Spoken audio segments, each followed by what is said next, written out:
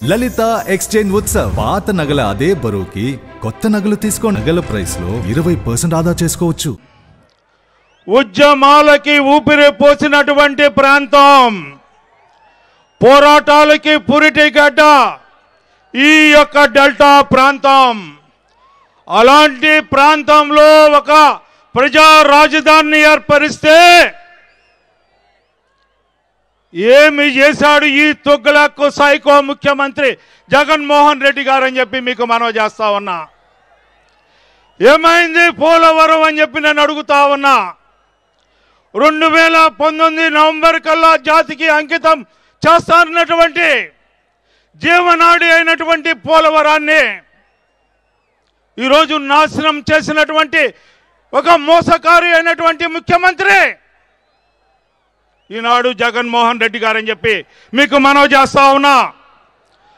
అన్నపూర్ణగా పిలువబడే ఈ ప్రాంతాన్ని అన్ని విధాలుగా నాశనం చేసినటువంటి నాయకత్వం ఈ వైసీపీ పార్టీ నాయకత్వం అని చెప్పి ఈనాడు మీ అందరూ కూడా గమనించాలి.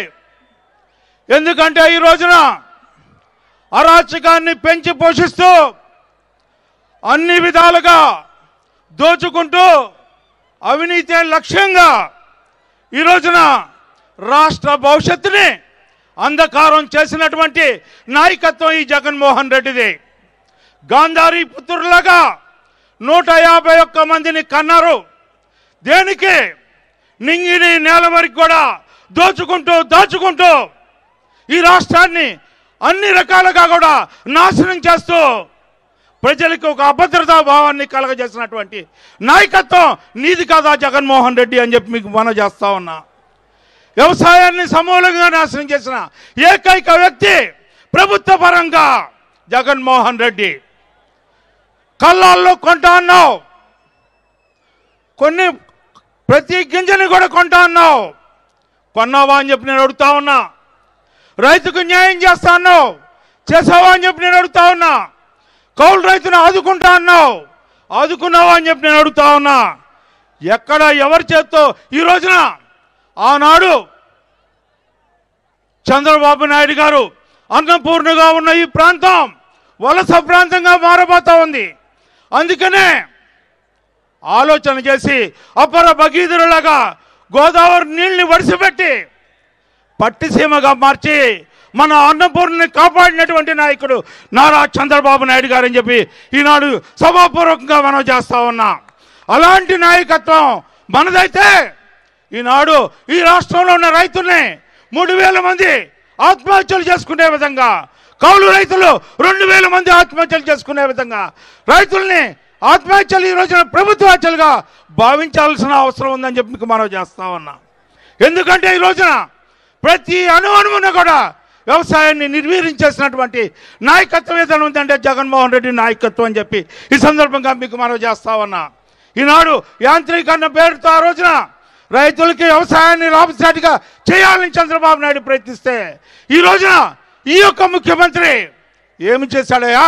ఆఖరికి సబ్సిడీ మీద టార్పాలను కూడా తెచ్చుకోవడానికి వీల్లేనటువంటి పరిస్థితి ఈనాడు కల్పించినటువంటి మోసపూరితమైన ప్రభుత్వం, అబద్ధాల ప్రభుత్వం ఏదైనా ఉందంటే ఈ రోజున జగన్మోహన్ రెడ్డి ప్రభుత్వం అని చెప్పి మీకు మనవి చేస్తా ఉన్నా. ఈ ప్రాంతానికి సంబంధించిన హై లెవెల్ ఛానల్ కూడా మనం ఆ రోజున మన ప్రభుత్వ హయాంలో శాంక్షన్ చేస్తే ఇంతవరకు కూడా కనీసం మోటార్లు కూడా పెట్టినటువంటి రైతులకి నష్టం కలిగించేంతవరకు, పంట నష్టపోయే వరకు కూడా వీళ్ళు ఇంతవరకు మోటార్లు పెట్టలేదంటే వీళ్ళకి రైతుల పట్ల ఏ రకంగా ఈనాడు చిత్తశుద్ధి ఉందో ఒక్కసారి గమనించవలసిందిగా ఈనాడు మీకు మనం చేస్తా ఉన్నాం. పంట నష్ట పరిహారం ఇవ్వలేడు, 0 వడ్డీకి రుణాలు ఇవ్వలేడు, ఈరోజు కొన్న ధాన్యానికి నిధులు విడుదల చేయలేడు. ఈనాడు ఇలాంటి అసమర్థ నాయకత్వం ఈ రోజున ఈ రాష్ట్రంలో పాలన చేస్తూ ఉంటే ఈ రాష్ట్రం అతాకుతలం అయిపోతూ ఉంటే రావణాకాశంగా మారుతూ ఉంటుంటే ఈనాడు ఏం చెప్పావయ్యా నువ్వు? 3000 కోట్ల ధరల స్థిరీకరణ నేను బడ్జెట్లో ప్రవేశపెడతా అన్నావు. 4000 కోట్లు ప్రకృతి వైపరీత్యం వల్ల నష్టం జరిగితే రైతులను ఆదుకుంటా అన్నావు. ఎక్కడయ్యా బడ్జెట్లో 1 రూపాయి ఎప్పుడైనా కేటాయించావా? ఆ కేటాయించిన రూపాయిని ఎక్కడైనా పంచావా? ఏ రైతు న్యాయం జరిగిందని చెప్పి నేను అడుగుతా ఉన్నా.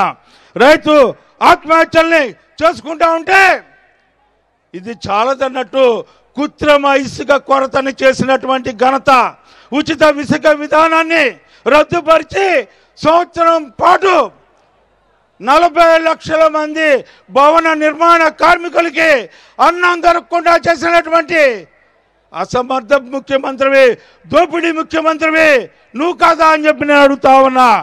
ఈ రోజున దాదాపు చంద్రబాబు గారి నేతృత్వంలో 30 లక్షల మందికి షేర్వాల్ టెక్నాలజీతో నభూషితే అన్నట్టుగా గొప్పవారు కూడా నివసించలేనటువంటి విధంగా నిర్మాణం చేయాలని తలపెట్టినటువంటి ఆ ఇళ్లను కూడా నీవు ఇవ్వలేనటువంటి పరిస్థితి. కానీ ఈ రోజున పేదవాడికి ఇళ్ల స్థలం ఇస్తానని 44 గజాలు సెంట్ ఇస్తానని 44 గజాలను అడ్డం పెట్టుకొని కోట్ల రూపాయలను దోచుకున్నటువంటి దోపిడీ ప్రభుత్వం, పేదవాడి పొట్టని అడ్డం పెట్టుకొని దోచుకున్న ప్రభుత్వం నీ ప్రభుత్వం కాదా అని చెప్పి నేను అడుగుతా ఉన్నా. అంతేకాదు ఈ రోజున ఏమైందయా, గుంతల రోడ్లు మిగిల్చావు మాకు. ఏ రోడ్డు బాగుంది? ఈ రోజున స్వామీజీలు ప్రయాణిస్తా, స్వామీజీలు కూడా నీ మీద చమత్కారాలు పలుకుతా ఉన్నారు. ఇక్కడ ఎవరైనా సరే గర్భిణీతో ఉన్న స్త్రీ ప్రయాణిస్తే ఏది హాస్పిటల్కి వెళ్ళవసరంలా ఈ రోడ్ల మీద ప్రయాణిస్తే ప్రసవమయ్యే పరిస్థితుల్లో ఈ రోజున రోడ్లు ఉన్నాయంటే, ఈ రోజున నారా కోడూరు తెనాలి రోడ్డు ఏమైంది? మంగళగిరి తెనాలి రోడ్డు ఏమైంది? ఏమైందయా అని చెప్పి నేను అడుగుతా ఉన్నా. ఈ రకంగా మీరు ఈ రోజున ప్రజల్ని మోసం చేస్తూ ఆ రోజున చంద్రబాబు నాయుడు గారి కాలంలో 25,000 కిలోమీటర్ల రోడ్లు వేసినటువంటి ఘనత చంద్రబాబు నాయుడు గారిది అయితే, ఈ రోజున గుంతల రోడ్లుగా మిగిల్చినటువంటి ఘనత నీది కాదా అని చెప్పి నేను అడుగుతా ఉన్నా. సంక్షేమం అంటా ఉన్నావు, ఏం సంక్షేమం అని చెప్పి నేను అడుగుతా ఉన్నా. ముసుగులో సంక్షేమంలో కూడా అవినీతి, పేదవాడిని మోసం చేస్తా ఉన్నావు, పేదవాడిని పేదవాడిగా చేస్తా ఉన్నావు. అందుకే ఈనాడు చంద్రబాబు నాయుడు గారు P4 system, public private people's participation, ఈ 4 అంశాలతో ఈ రోజున ప్రజలకు చేరువవ్వాలి, సంపదని సృష్టించాలి, ఆ సంపదని పెంచాలి. ఆ రకంగా ఈ రోజున ఆయన యొక్క నాయకత్వంలో దూరదృష్టితో ప్రపంచంలో తెలుగు వాళ్ళని ఎంతో మందిని హీరోలుగా చేసిన ఘనత చంద్రబాబు నాయుడు అయితే, తెలుగు జాతిని జీరోలుగా చేసి నిర్వీర్యం చేసినటువంటి ఘనత నీది కాదా అని చెప్పి మీకు మనం చేస్తా ఉన్నా ఈనాడు. అందుకే టీడీపీ ఉమ్మడి మేనిఫెస్టో, టీడీపీ జనసేన రచించినటువంటి ఉమ్మడి మేనిఫెస్టోలో సూపర్ 6 ఈ రోజున ప్రతి పేదవాడు జనజీవన స్రవంతిలో నిజమైన పౌరుడిగా జీవన విధానాలు పెరగాలి, జీవన ప్రమాణాలు మారాలి అని చెప్పి ఆ రకంగా రచించినటువంటి సూపర్ 6 అని చెప్పి మీకు మనం చేస్తా ఉన్నా. చరిత్రహీనుడిగా ఈ రోజున మిగిలిపోవాలి. ఏమిటయా సిద్ధం అంటున్నావు? దేనికి సిద్ధం? పారిపోవడానికా సిద్ధం? జగన్మోహన్ రెడ్డి పారిపోవడానికా సిద్ధం? జైలుకు పోవటానికా సిద్ధం? ఏమయ్యా జగన్మోహన్ రెడ్డి, పారిపోవడానికా జైలుకు పోవడానికా? దేనికి సిద్ధం? చరిత్రహీనుడిగా మారబోతా ఉన్నాం. రాముడు కావాలి, రామరాజ్యం కావాలి. రామరాజ్యం రాముడు కావాలంటే ఒకే ఒక్కడు ఈ భారతదేశ రాజకీయాల్లో చంద్రబాబు నాయుడు గారు.